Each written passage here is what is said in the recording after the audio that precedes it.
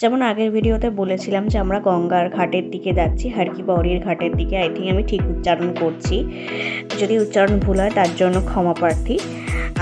আর আমরা এখানে ঢুকেছি অনেকটাই, মানে বিকেল হয়ে গেছে, প্রায় 4টে বেজে গেছিলো ঢুকেছি, সেই জন্য সবাইকে রেস্ট নিতেই দেরি হয়ে গেছে। তো সেই জন্য আজকে সন্ধ্যা আরতিটা তো দেখা হলো না, এখন তো আছি কয়েকদিন, অবশ্যই আপনাদেরকেও দেখাবো এবং আমরাও দেখব।